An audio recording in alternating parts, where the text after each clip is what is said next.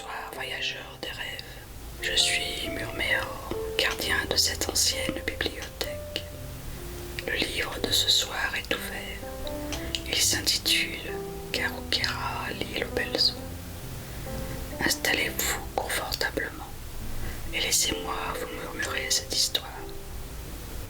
L'océan semblait infini, la marée galante fondait l'océan avec une lenteur majestueuse. Depuis des semaines, les vagues soulevaient le navire avant de le reposer doucement, comme si la mer respirait sous sa coque. Le bois craquait par instants, les cordages chantaient au gré des rafales. Sa coque gémissait au rythme des vagues, tandis que ses voiles, gonflées par les alizés, portaient les hommes vers une terre qu'aucun d'entre eux n'avait encore contemplée. Et devant eux, rien, seulement cette immense étendue bleue qui semblait ne jamais vouloir prendre fin. Depuis de longues semaines, notre monde se limitait à quelques planches de bois flottant sur l'immensité de l'océan. Chaque goutte d'eau douce était comptée. Les tonneaux qui nous avaient quittés pleins ne contenaient plus qu'une eau tiède, lourde, qui avait perdu la fraîcheur des sources. Les fruits emportés au départ avaient disparu depuis longtemps. Il ne restait que les vivres que la mer nous permettait de conserver. Les visages étaient marqués par la fatigue, les lèvres étaient desséchées par le vent salé. Pourtant, personne ne se plaignait. Chaque marin savait qu'une traversée exigeait de la patience autant que du courage. Les hommes avaient appris à observer le moindre changement. Un nuage plus sombre, un vol d'oiseaux, une branche portée par le courant. Tout pouvait annoncer une terre. Puis, un matin, une voix s'éleva. « Terre, terre !» Tous les regards se tournèrent vers l'horizon. À peine visible, une silhouette se dessinait dans la brume. Elle semblait flotter entre le ciel et la mer. Au fil des heures, elle grandit. Ce n'était pas une simple île. Une montagne surgissait de l'océan. Puis deux autres moins hautes. Des sommets immenses recouverts d'un manteau de verdure que le soleil faisait scintiller. Jamais les voyageurs n'avaient contemplé une terre aussi intensément verte. Même depuis cette distance, elle semblait vivante. Les nuages s'accrochaient à ses reliefs avant de glisser lentement le long des pentes. De fines lignes argentées apparaissaient parfois sur les flancs des montagnes, des cascades. Elles naissaient dans les hauteurs avant de disparaître dans l'épaisseur de la forêt. À mesure que le navire approchait, l'air changeait. Le parfum salé de la mer se mêlait désormais à une odeur de terre humide, les senteurs des arbres, des fleurs, de la pluie, comme si l'île envoyait son souffle jusqu'au large.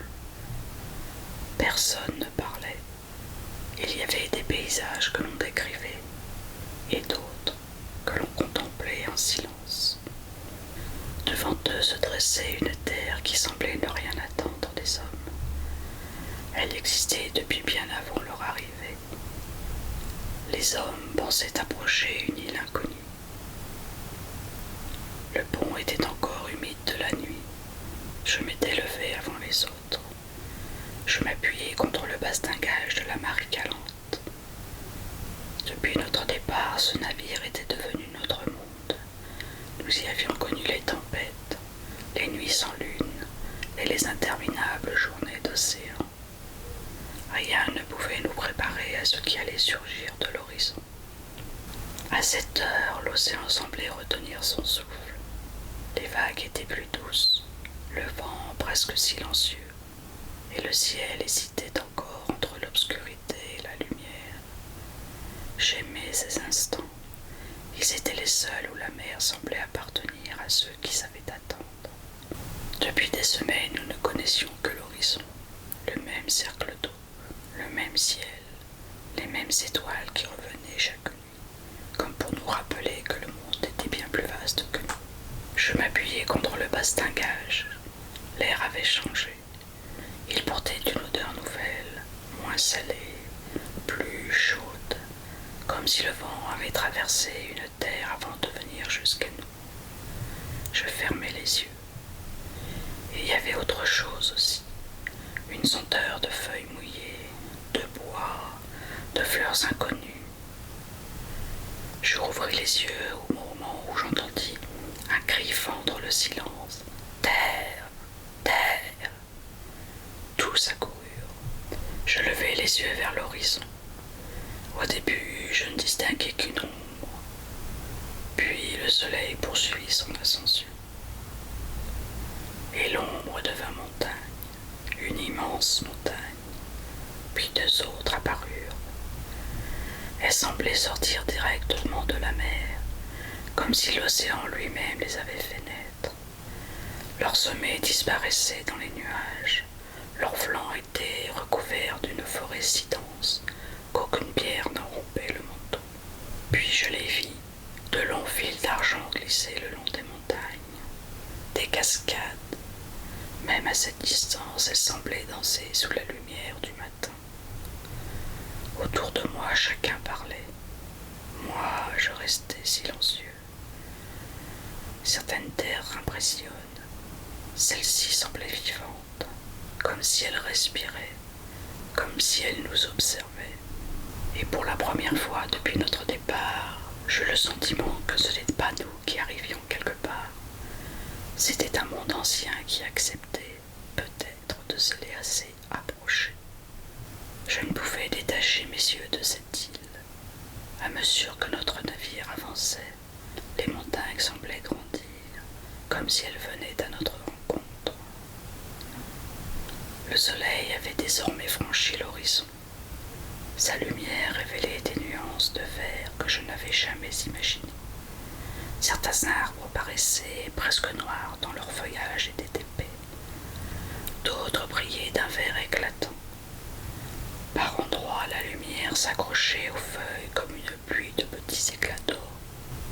Le vent nous apportait des sons, d'abord si discrets que je crus les avoir imaginés. Puis ils devinrent plus nets, le cri d'un oiseau, le bruissement d'une forêt agitée par la brise. Et derrière tout cela, un murmure continu. Je mis quelques instants avant de comprendre. C'était l'eau qui dévalait les montagnes, l'eau qui naissait là-haut au cœur des nuages avant de rejoindre la mer. Jamais je n'avais vu une terre où l'eau semblait si présente. Elle apparaissait partout, sur les flancs des montagnes, au creux des vallées, le long des falaises, comme si l'île entière était parcourue de veines transparentes. Autour de moi, les hommes s'agitaient. Les uns repliaient les voiles, les autres observaient la côte en cherchant un endroit où jeter l'ancre. Mais je n'entendais presque plus leur voix. Mon regard suivait une cascade qui disparaissait sous les arbres. Je me surpris à imaginer son voyage. Quelques instants plus tôt, cette eau reposait peut-être dans un nuage. Puis la pluie l'avait déposée sur la montagne. Elle avait traversé la mousse, les racines, les pierres. Elle avait rejoint d'autres filets d'eau, était devenue rivière, puis cascade, et bientôt elle retrouverait la mer qui portait notre navire. Je souris. Sans le savoir, nous suivions peut-être le même chemin. Le vent gonfla une dernière fois les voiles. L'île était désormais si proche que je distinguais les vagues venant mourir sur les rochers. Une émotion étrange m'envahit. Je n'avais pas l'impression d'arriver sur une terre inconnue. J'avais plutôt le sentiment d'être attendu. Comme si Karukira connaissait déjà chacun de nos pas avant même que nous ne posions le pied sur son rivage. Et je compris alors pourquoi les plus anciens marins parlaient parfois de certaines îles avec respect. Toutes les terres ne se découvrent pas. Certaines vous accueillent lorsqu'elles le décident. Le capitaine donna l'ordre de jeter l'ancre. Un bruit sourd résonna sous nos pieds tandis que la lourde chaîne glissait vers les profondeurs. Le navire ralentit, puis il s'immobilisa. Devant nous, l'île n'était plus une silhouette lointaine. Elle révélait maintenant ses détails, des falaises couvertes de végétation plongeaient dans une eau aussi limpide que l'on distinguait les rochers sous la surface. Les vagues venaient mourir sous le rivage avec une douceur étonnante, comme si elles connaissaient cet endroit depuis toujours. Une chaloupe fut mise à l'eau. Je pris place parmi les premiers hommes désignés pour rejoindre la côte. Lorsque les rames rentrèrent dans l'eau, plus personne ne parla. Chaque goutte rapprochait un peu de cette terre inconnue. L'île semblait immense. Pourtant, elle ne cherchait pas à nous impressionner. Elle se contentait d'être. Les montagnes dominaient l'horizon avec une tranquillité qui inspirait le respect. Leur sommet disparaissait toujours dans les nuages. Je me demandais si quelqu'un avait déjà posé le pied là, ou si cette odeur appartenait seulement au vent, à la pluie et aux oiseaux. Une vague plus forte souleva la chaloupe. Quelques gouttes d'eau éclaboussèrent mon visage. Le vent portait maintenant des parfums plus précis. Celui des feuilles chauffées par le soleil, celui de la terre humide, et un parfum doux, presque sucré que je ne connaissais pas. Il me semblait que chaque souffle d'air racontait une partie de cette île.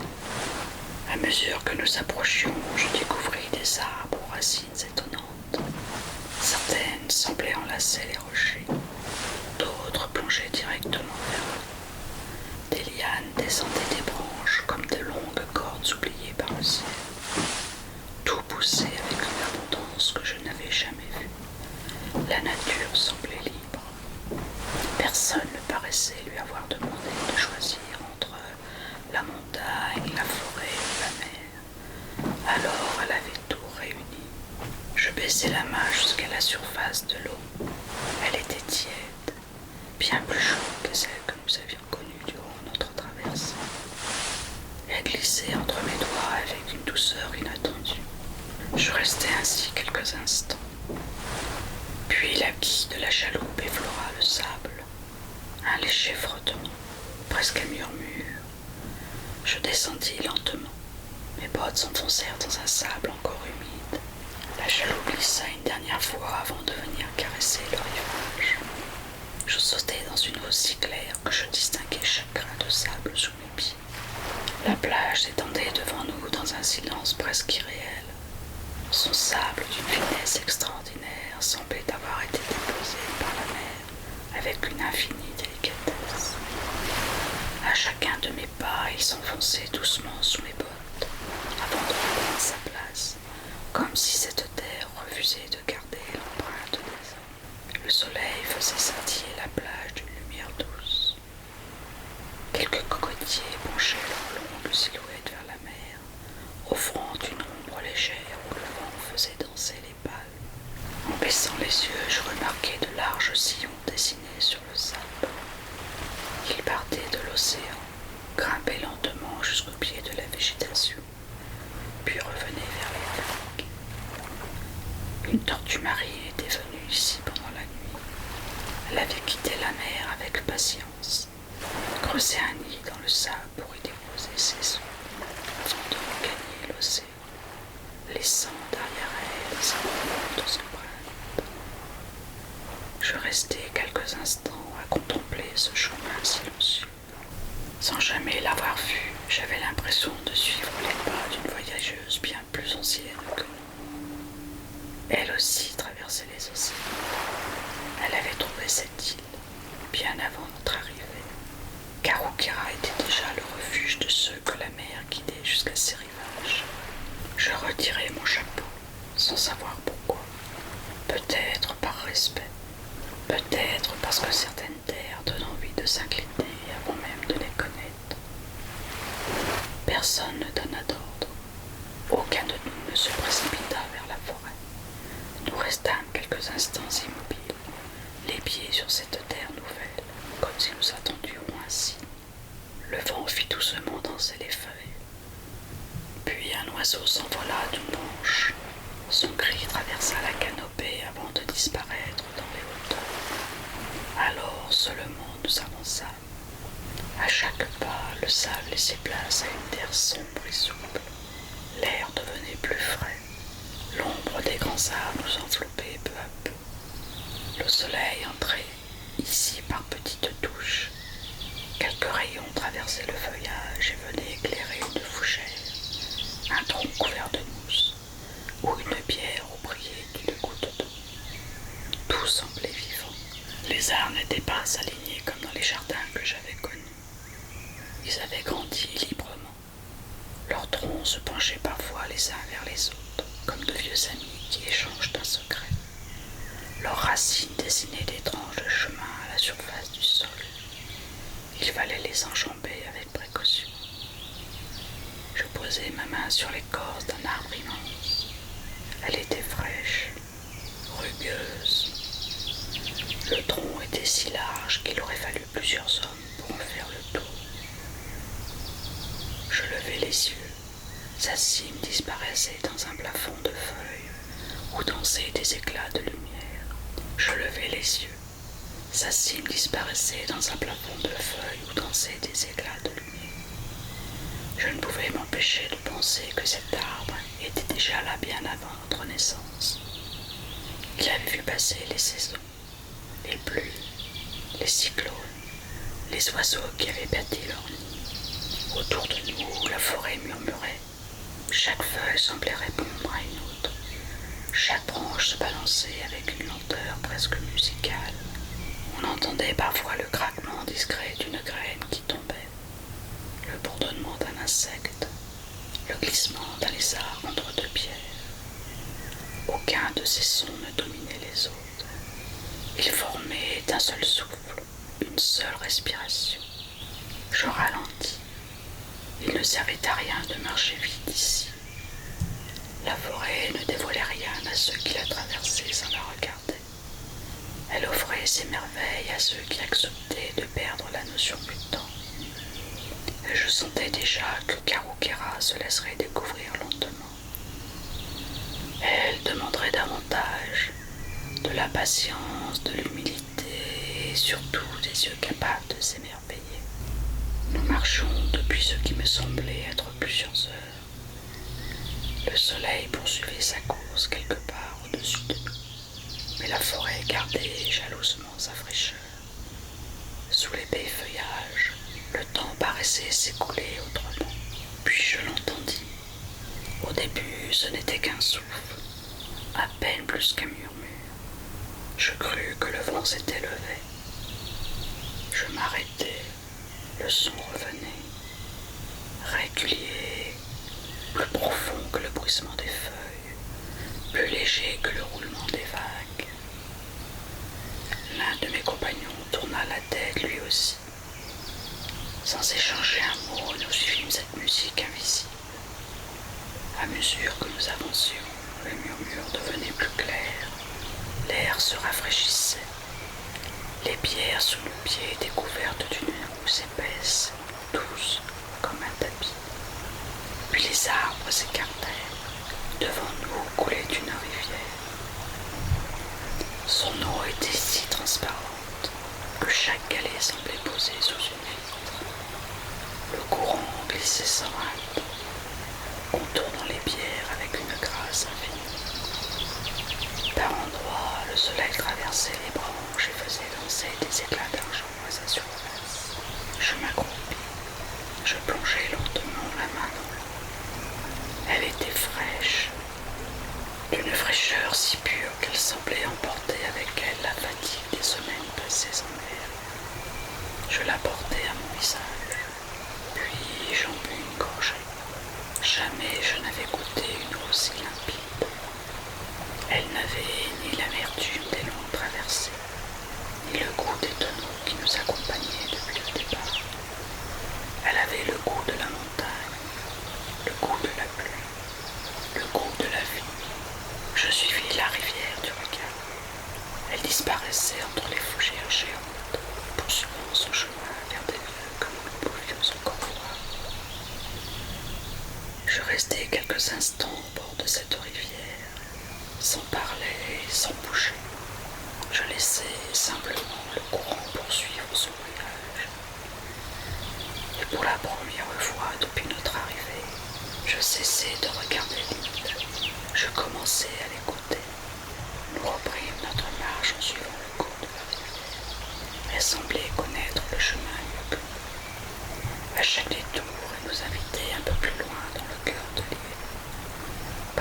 son lit s'élargissait et l'eau avançait paisiblement entre les pieds. Puis, sans prévenir, elle se resserrait et bondissait en une succession de petits rapides, dessinant des écumes blanches qui disparaissaient presque aussitôt. Elle épousait la montagne. Le sentier devenait plus escarpé. Nos pas étaient ralentis par les racines qui traversaient le sol comme les veines d'un être immense. Elle semblait retenir la terre pour qu'aucune pluie ne puisse l'emporter. De chaque côté sur le chemin, les fougères déployaient leurs larges frondes. Leurs feuilles, encore couvertes de gouttes, scintillaient sous les rares rayons du soleil qui traversaient la canopée.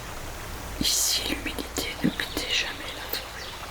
Elle habitait les pierres, les mousses, les troncs, comme un souffle invisible veillant sur chaque être vivant. À travers les arbres, j'aperçus un sommet qui disparaissait dans les nuages.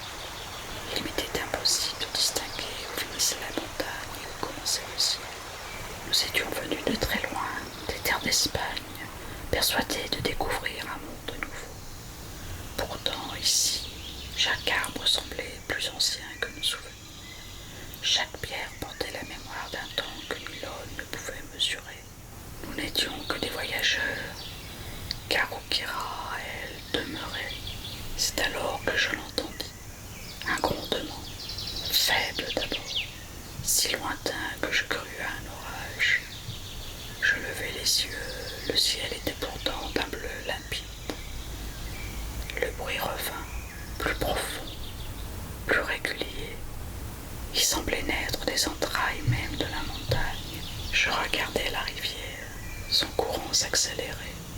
Elle bondissait désormais de roche en roche avec une énergie nouvelle, comme si elle se hâtait de rejoindre quelque chose. Nous suivîmes son élan. À chaque pas, le grondement gagnait en puissance. Il roulait dans la montagne comme une voix ancienne, incapable de se taire. L'air devenait plus frais. Une fine brume flottait entre les arbres. De minuscules gouttes se déposaient sur nos visages, alors qu'aucune pluie ne tombait. Je sentais que nous approchions, sans encore savoir de quoi. Puis les arbres commencèrent lentement à s'écarter, et je m'arrêtai. Je demeurai immobile. Devant moi se dressait une des plus grandes merveilles que mes yeux n'aient jamais contemplées. Une immense chute d'eau dévalait la montagne dans un fracas majestueux. Elle semblait naître au cœur des nuages avant de se précipiter vers la forêt. Sa puissance faisait vibrer la terre sous nos pieds. Pendant quelques instants, je crus qu'il n'existait rien de plus grand. Puis mon regard parcourut lentement les flancs de la montagne. Là, entre deux immenses parois couvertes de végétation, j'aperçus une seconde chute, plus discrète, plus secrète. Elle glissait entre les arbres comme un voile blanc que la forêt cherchait à protéger.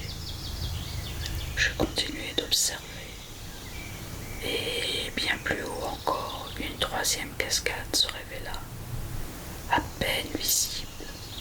Son eau apparaissait par instants entre les feuillages avant de disparaître de nouveau dans la brume. La montagne ne donnait pas toute son eau en un seul endroit. Elle la partageait comme si chacune racontait une histoire différente, mais qu'elles naissaient toutes d'un même cœur.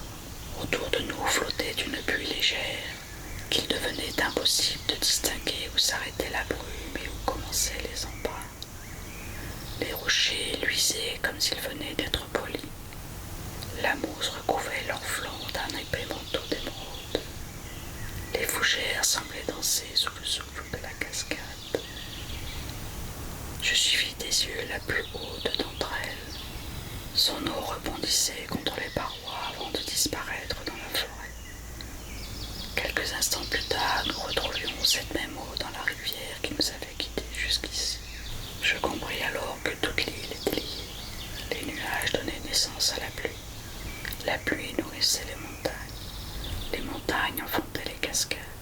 Les cascades devenaient rivières. Et les rivières retourneraient à la mer. Le soleil traversa soudain les nuages. Des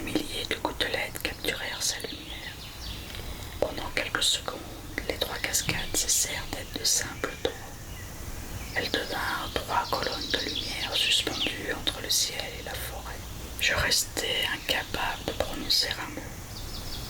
Il me semblait que cette eau tombait depuis la naissance du monde et qu'elle poursuivrait son voyage bien après notre départ. Je me surpris à sourire. Karukera, l'île aux belles eaux. Ce nom irait à merveille à cette île. Ce nom n'était pas une promesse, c'était une évidence. Ici, l'eau n'était pas seulement un trésor. Elle était l'âme de l'île. Elle naissait dans les nuages, courait sur les montagnes, chantait dans les rivières, bondissait en cascade et enfin retrouvait l'océan qui entourait cette terre. Nous quittâmes ce lieu à regret. Son grondement nous suivit encore longtemps, s'affaiblissant peu à peu jusqu'à devenir un simple souvenir porté par le vent. Le sentier continuait de grimper. Chaque pas nous rapprochait des sommets. La forêt changeait. Les arbres devenaient plus trapus. Leurs branches semblaient se courber sous le poids des mousses qui les recouvraient. Des fougères poussaient jusque sur leurs troncs. Les terres elles-mêmes disparaissaient sous un épais manteau vert. Jamais je n'avais vu une nature aussi généreuse. Ici, rien ne semblait vouloir rester nu. La vie recouvrait tout. À mesure que nous prenions de l'altitude, le vent devenait plus frais. Les nuages n'étaient plus au-dessus de nous. Ils glissaient désormais entre les arbres. Par moments, une brume légère enveloppait le sentier. Elle apparaissait sans prévenir, puis s'effaçait quelques instants plus tard, comme un voile que l'île ouvrait et refermait à son gré. Les minuscules gouttes d'eau se déposèrent sur ma peau avant de disparaître aussitôt. J'avais l'impression de marcher dans le ciel. Lorsque la brume se dissipa, un spectacle me coupa le souffle. La forêt s'ouvrait sur un promontoire naturel. Devant moi, Karukera se déployait tout entière. Les montagnes descendaient jusqu'à l'océan. Les rivières dessinaient des rubans argentés à travers la végétation. Au loin, la mer entourait l'île d'un bleu profond que le soleil faisait scintiller. Depuis cette hauteur, je compris enfin son nom. L'eau était partout, dans les nuages, dans les rivières, dans les cascades, dans la rosée qui habillait les feuilles, dans la mer qui embrassait ses rivages. Même l'air semblait fait d'eau. Je respirais profondément. Chaque souffle remplissait mes poumons d'une fraîcheur nouvelle. Je n'avais jamais ressenti une telle paix. Je restais longtemps sans bouger. Le monde paraissait immense à cet instant. Depuis cet endroit, tout semblait parfaitement à sa place. Les montagnes protégeaient la forêt. La forêt nourrissait les rivières. Les rivières rejoignaient l'océan. Et l'océan renvoyait les nuages vers les sommets. Un cercle parfait. Un souffle qui ne cessait jamais. Karukera n'était pas seulement une île, elle était un équilibre. Un équilibre si ancien que les hommes n'étaient que des visiteurs de passage. Et tandis que les nuages recommençaient à glisser entre les arbres, j'eus la certitude que les plus beaux paysages étaient peut-être ceux que l'on ne pouvait jamais posséder. Ils demandaient simplement qu'on les contemple, avec respect, avec gratitude. Nous poursuivîmes notre ascension. Le sentier devenait plus étroit. Par endroits, les racines avaient disparu, laissant place à une terre sombre, presque noire. Elle semblait plus légère sous nos pas, comme si elle avait été remuée peu de temps auparavant. La végétation changeait encore. Les arbres se faisaient plus rares. Le vent circulait plus librement entre les branches. Les nuages passaient si près de nous qu'ils effaçaient parfois le paysage pendant quelques instants. Puis ils s'ouvraient de nouveau, révélant une montagne différente de toutes celles que nous avions traversées. Je remarquai d'abord une étrange chaleur. Elle ne venait pas du soleil. L'air lui-même paraissait tiède. Je m'accroupis et posai la paume de ma main sur le sol. Il était plus chaud que partout ailleurs. Je retirai ma main, surpris. Quelques pas plus loin, une légère vapeur s'élevait entre les pierres.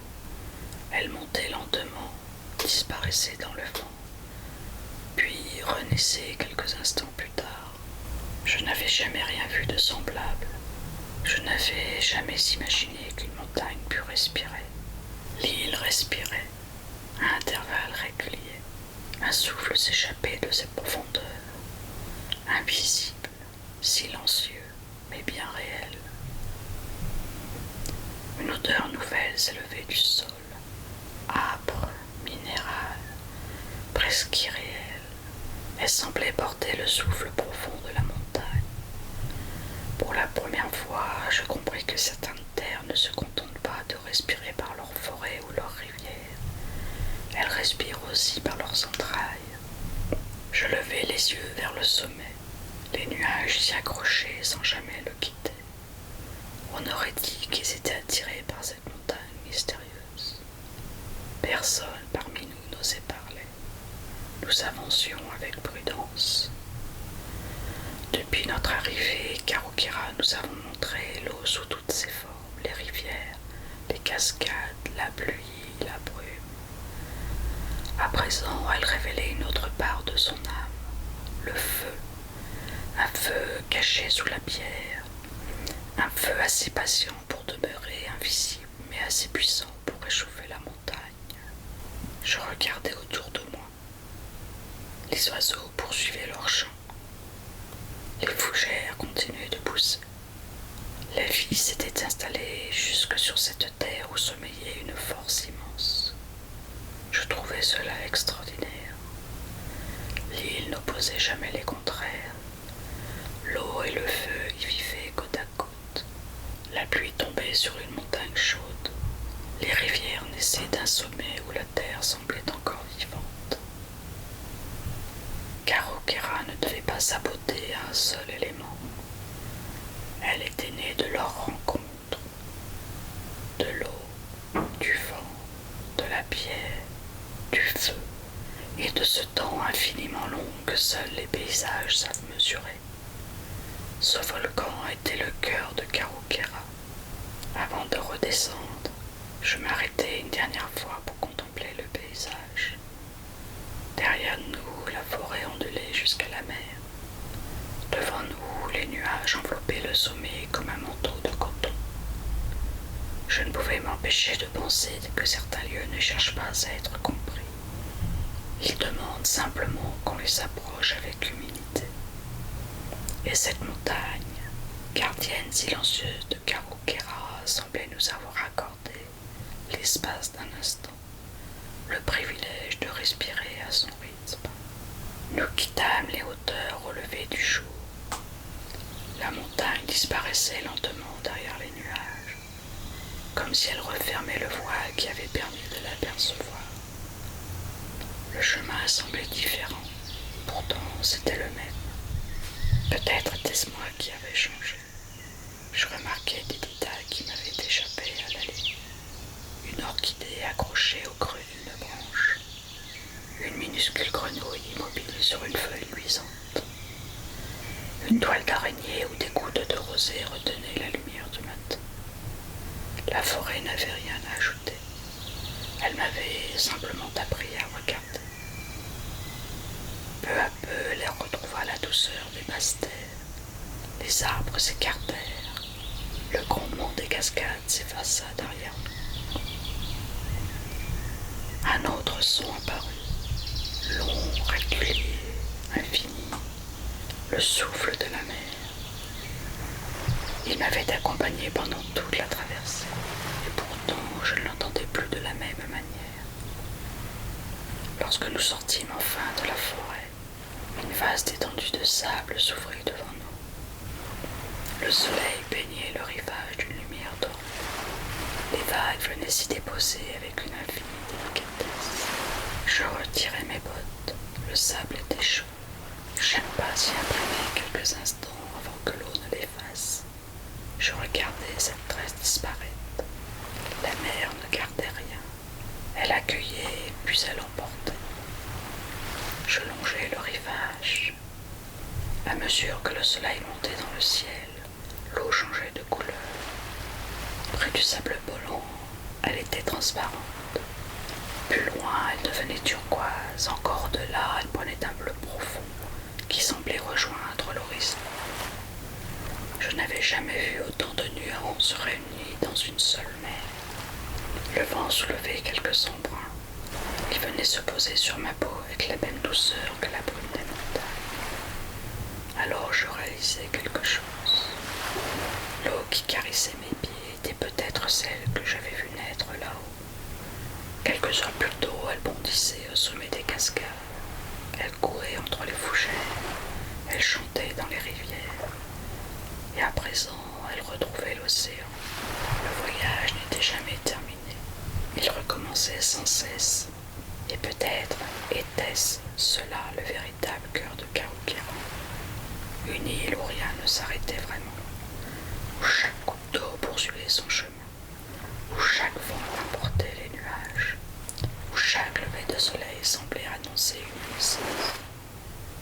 Je restais longtemps face à la mer. Les vagues effaçaient mes pas, mais elles ne pourraient jamais effacer ce que l'île avait gravé en moi. Quelques jours s'étaient écoulés depuis notre arrivée. Les tonneaux vides avaient retrouvé leur poids. Nous les avions remplis d'une eau si pure qu'aucun de nous n'aurait cru en trouver une semblable au milieu de l'océan. Les cales accueillaient désormais des fruits aux couleurs éclatantes, des plantes inconnues, tout ce que cette terre avait bien voulu nous offrir pour poursuivre notre voyage. La marée galante était prête. Les voiles furent hissées une dernière fois. Les amarres quittèrent le rivage. Lentement, le navire s'éloigna. Je demeurai sur le pont, incapable de détourner le regard. Les montagnes semblaient veiller sur l'île comme elles l'avaient toujours fait. Les nuages entouraient encore leur sommet. Au loin, une cascade brillait un instant sous le soleil avant de disparaître une dernière fois dans la forêt. Je respirais profondément. Le vent apportait encore jusqu'à nous l'odeur de cette terre humide que nous quittions déjà. Puis la distance fit son œuvre, les détails s'effacèrent, les arbres ne furent plus qu'une immense tache verte. Les montagnes devinrent une silhouette bleutée. Bientôt, Karukéra retrouva la forme sous laquelle nous l'avions découverte. Une île posée sur l'horizon. Le navire poursuivit sa route. D'autres terres nous attendaient, d'autres rivages, d'autres horizons. À l'aube suivante, une nouvelle terre se dessinait déjà à l'horizon. Mais cela est une autre histoire. L'histoire est maintenant terminée. Les murmures retournent dans le livre qui rejoint les rayons de la bibliothèque. Jusqu'à notre prochaine rencontre, que votre sommeil soit doux et rempli de merveilles. Et souvenez-vous, les murmures veillent toujours sur votre sommeil. Si vous aimez ces voyages murmurés, rejoignez la bibliothèque